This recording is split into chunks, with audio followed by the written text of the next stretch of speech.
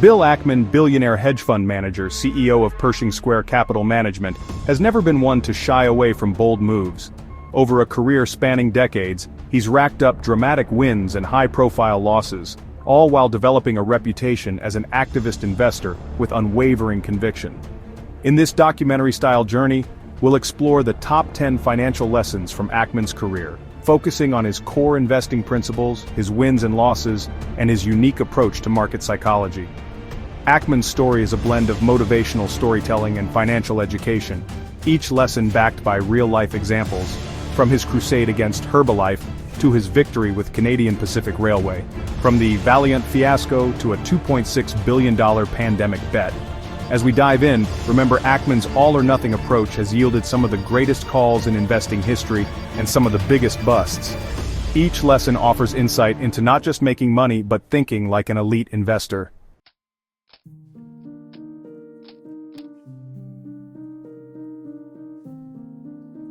Our first lesson comes from the very trait that defines Ackman: unshakable conviction, balanced by the humility to admit when he's wrong. Ackman believes a great investor must stand apart from the crowd with confidence in their analysis.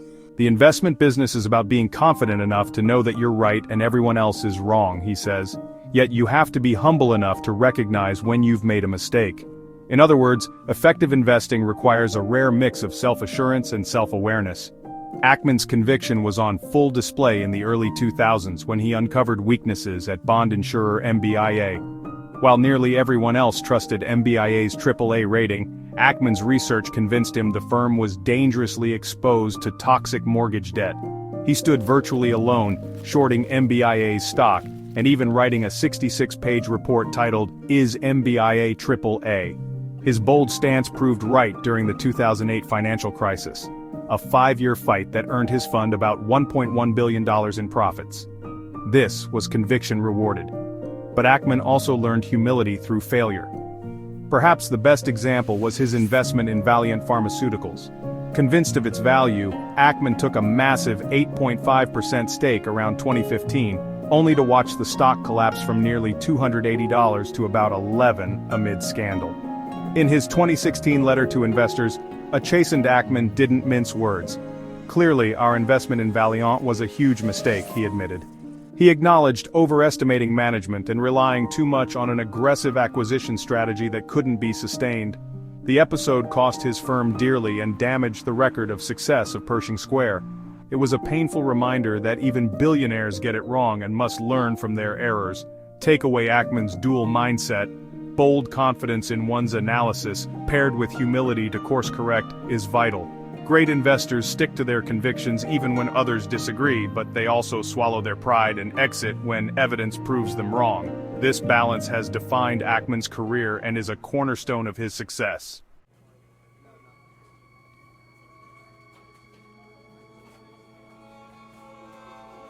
Thorough research is the bedrock of Ackman's investing style.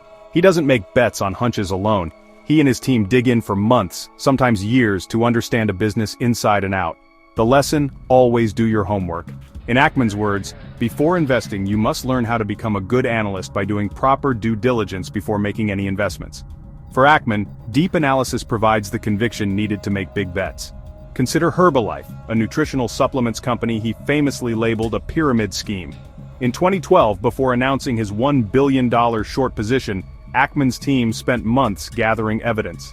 The result was an astonishing 3-hour presentation before investors, analysts, and media in December 2012.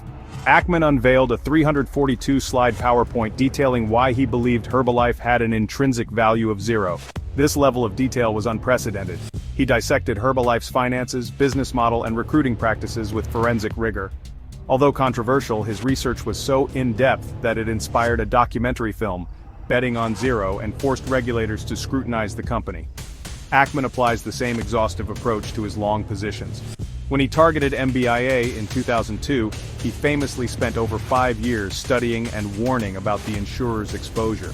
He didn't just short the stock, he educated regulators and investors about the looming danger in MBIA's portfolio.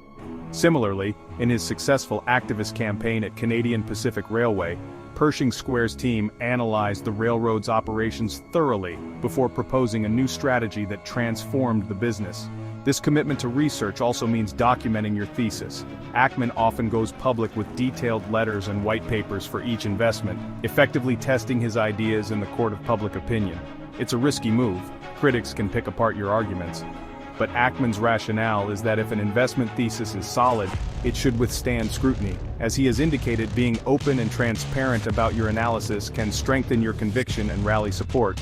Takeaway: the homework you do before a trade is what gives you the confidence to invest big. Ackman's example teaches us to gather all the facts, crunch the numbers, and pressure test our thesis from every angle.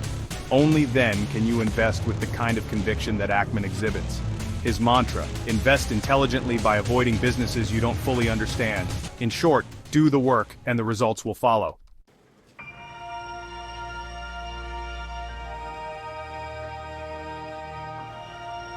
Bill Ackman has never been a fan of holding dozens of stocks.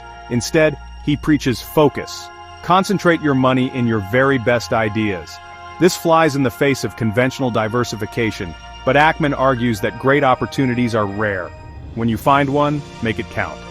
I've always had the view that, why not own the best 10 or 11 investments as opposed to ideas 12 through 100, Ackman explains. There are very few great investments at any one time, so the ability to concentrate is an enormously valuable asset. At Pershing Square, Ackman typically holds only 8 to 12 stocks at a time. As of recent years, just 3 companies often made up over 40% of the fund's $15 billion portfolio. This high-conviction strategy means each position can meaningfully impact returns, for better or worse. Ackman points out that most of the world's wealthiest individuals built fortunes through a handful of businesses, not by spreading bets thin. By running a concentrated portfolio, Ackman can intimately know each business and even influence its direction through activism in ways a passive investor with 100 holdings cannot. The upside of this approach is evident in Ackman's big wins. Take General Growth Properties, a bet Ackman calls the greatest trade of my career. In 2008, GGP was a mall operator on the brink of bankruptcy. Ackman smelled opportunity and invested roughly $60 million. His concentrated stake and active involvement helped nurse GGP back to health, and Pershing Square ultimately reaped a $1.6 billion profit, a return of nearly 27 times his money. Another example: Ackman's 14% stake in Canadian Pacific Railway. Concentrating so heavily, he waged a proxy fight, replaced CP's CEO, and oversaw an operational turnaround. The result? CP's stock soared from about $49 to $220 per share between 2011 and 2014, and Pershing Square's position, eventually sold for $1.45 billion, yielded roughly $2.6 billion in profit. These kinds of outsized gains are only possible when you bet big on your convictions. The downside, of course, is that when a top idea goes wrong, it really hurts.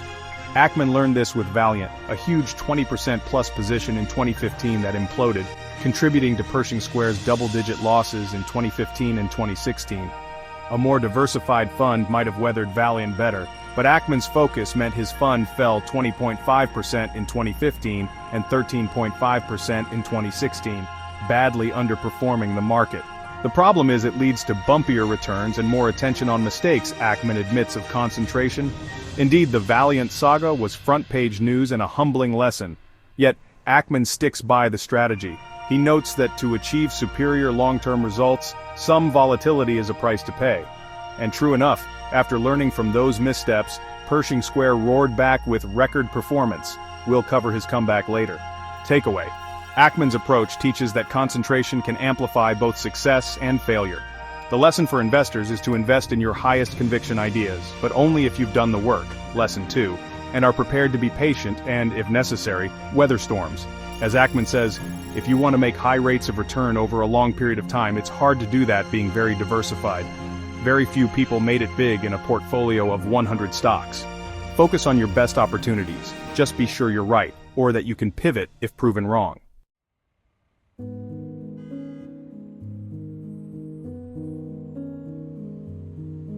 Even the savviest investors stumble. What sets Ackman apart is his willingness to own up to mistakes and adapt.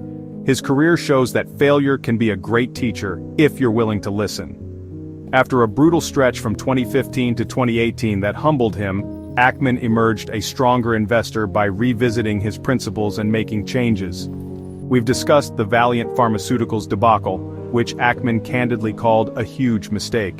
In the aftermath, he conducted intense soul-searching. In Pershing Square's 2016 annual letter, Ackman apologized to his investors and dissected what went wrong. He admitted Valeant's roll-up acquisition model required flawless execution that he overestimated, and that he misjudged the prior management team, placing too much trust in them. He also acknowledged he made Valeant far too large a position, violating a basic risk rule.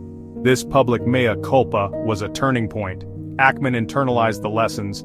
Don't overconcentrate beyond your conviction level, and stick to businesses with durable, straightforward models. Another painful episode was Ackman's 5-year war with Herbalife. His conviction was admirable, but the fight became deeply personal and dragged on too long. By 2018, Ackman closed out the last of his Herbalife position at a loss, quietly and with little fanfare. The opportunity cost was huge. Years of energy spent on a zero-sum bet that dented Pershing Square's returns and reputation. Ackman drew a conclusion from this experience: never again. In a 2021 report, he wrote that while his short activist campaigns garnered enormous media attention, and even inspired a book and a movie, we have permanently retired from this line of work. This was a significant strategic shift. Ackman recognized that activist shorting, however noble the intent, was not worth the distraction and backlash. So how did Ackman adapt post-Valeant and Herbalife? He refocused on his core strategy: buying stakes in high-quality, predictable businesses and being a supportive, constructive owner rather than an adversarial short seller. He also tightened risk management and shrank his fund's capital base to a size he felt he could manage more nimbly. The results speak for themselves. Pershing Square staged a major comeback. After those rough years, Ackman's fund surged 58% in 2019, then an astonishing 70% in 2020. In 2021, it gained another 27%. This resurgence restored Ackman's reputation as one of the best in the business and underlined the value of learning from mistakes. Takeaway: no investor is infallible. The key is to confront your failures head-on, extract the lessons, and adjust your approach. Ackman's honesty about his blunders is something all investors can emulate. Cut a losing position if the thesis is broken, apologize if needed, and move forward wiser. In Ackman's journey, every setback eventually became fuel for a stronger comeback. Resilience and adaptability are perhaps the ultimate lessons here. As Ackman likes to describe himself, he is resilient, and his fund's long-term success owes much to that trait.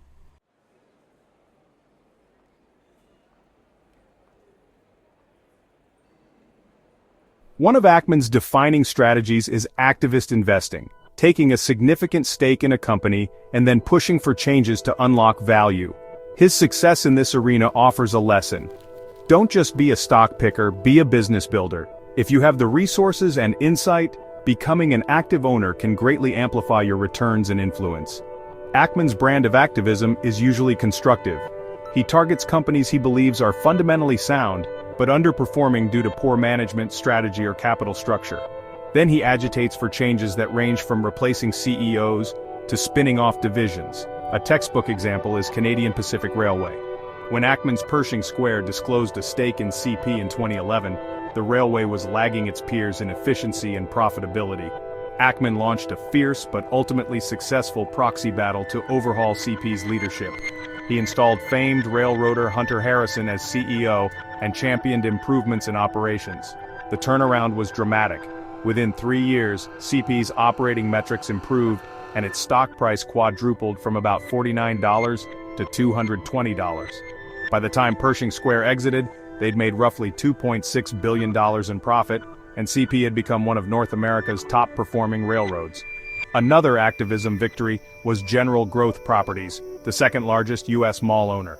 In 2009, GGP was bankrupt and about to be liquidated. Ackman's fund swooped in, bought equity on the cheap, and played a pivotal role in restructuring the company. He fought for GGP to exit bankruptcy intact rather than sell to a lowball bidder. This patience paid off when GGP regained its footing. Pershing Square's $60 million investment turned into $1.6 billion. Even some smaller-scale campaigns underscore the lesson. With Wendy's in 2005, Ackman pushed the fast food chain to spin off Tim Hortons, revealing value for shareholders. With Chipotle Mexican Grill in 2016, he took a stake after a food safety scare and constructively engaged with management to improve operations and governance. Chipotle's stock subsequently tripled in the years after Ackman came on board, rewarding his fund and other investors. Of course, activism can backfire if you choose the wrong battle. Ackman's high-profile attempt to remake JCPenney in 2012 to 2013 was a failure. A new CEO he backed made missteps that led to massive losses, and Ackman exited under pressure. The lesson here is that activism is a powerful tool, but it requires deep understanding of the business, a feasible plan for change, and often a cooperative management. Without these, an activist can do more harm than good.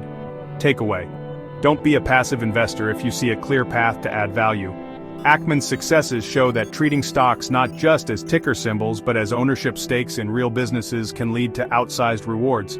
If you can identify underperforming companies and have a vision for improvement, activism, working to unlock value, can turn an average investment into an extraordinary one. Just remember Ackman's approach. Do it with a well-researched plan, align with other shareholders' interests, and maintain a supportive, constructive stance whenever possible. Activism done right can benefit everyone involved, not just the activist.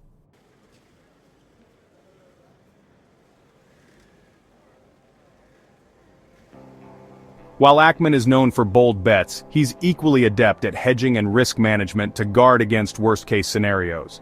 One of his most famous moves was not an investment per se, but an insurance policy that became the trade of the century, turning $27 million into $2.6 billion during the COVID-19 market crash. This spectacular gain offers a lesson in thinking about risk as much as reward.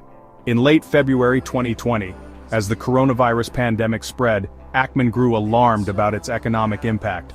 Rather than sell all his stocks in panic, he spent $27 million on a hedge, specifically buying credit default swaps that would gain value if corporate bonds tanked. Essentially, he bought insurance against a market collapse. He later said the risk-reward was hugely in his favor. He was able to purchase this protection at near all-time tight levels of credit spreads, meaning it was very cheap relative to the potential payoff, so the risk of loss was minimal at the time of purchase, Ackman noted. When COVID fears did send markets into freefall in March 2020, those hedges skyrocketed in value. By March 23, Pershing Square closed out the hedge, raking in $2.6 billion in proceeds, a 100-fold return in about 1 month. This windfall offset losses elsewhere in Ackman's portfolio, and actually gave his fund a net 7% gain in March 2020, while the S&P 500 fell 17%. Ackman then smartly plowed that profit into buying more of his favorite stocks at bargain prices, doubling down on names like Hilton, Lowe's, and Restaurant Brands International near the market bottom.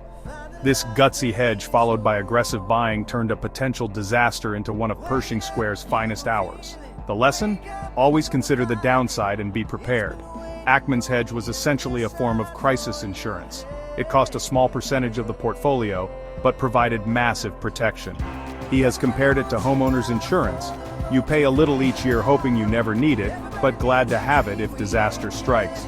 In investing, such tail risk hedges can preserve capital when markets implode.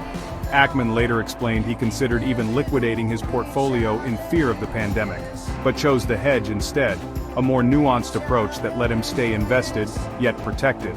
This exemplifies rational risk management. This isn't the only time Ackman used hedging. Recall in 2007, he bought credit default swaps against MBIA's debt while shorting its stock, another way to profit from the company's collapse which he foresaw. And in 2017, facing potential further losses in Herbalife, he converted his short position into put options, capping downside and reducing the bleed from borrow fees. Takeaway: protect the downside and the upside will take care of itself, the old adage goes. Ackman's approach shows the value of strategic hedges. When you identify a looming risk that could severely hit your portfolio, don't hesitate to hedge, even if others think you're being overly cautious. A well-timed hedge can not only save you from catastrophe, but even become highly profitable, as Ackman demonstrated in 2020. Importantly, hedging allowed him to stay calm and liquid during the panic, so he could play offense when others were capitulating, buying great companies at fire sale prices. Managing risk isn't about avoiding all risk, it's about ensuring you survive and thrive across market cycles. Ackman's pandemic trade will go down in history as a masterclass in risk management and opportunism.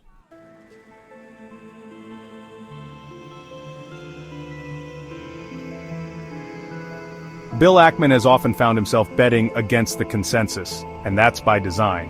A recurring theme in his career is contrarian thinking, born from a keen understanding of market psychology. He knows markets are driven by fear and greed, and he's shown a knack for zigging when everyone else zags. The lesson here is twofold: don't follow the herd, and try to anticipate shifts in sentiment. Early in his career, Ackman's contrarian streak was clear.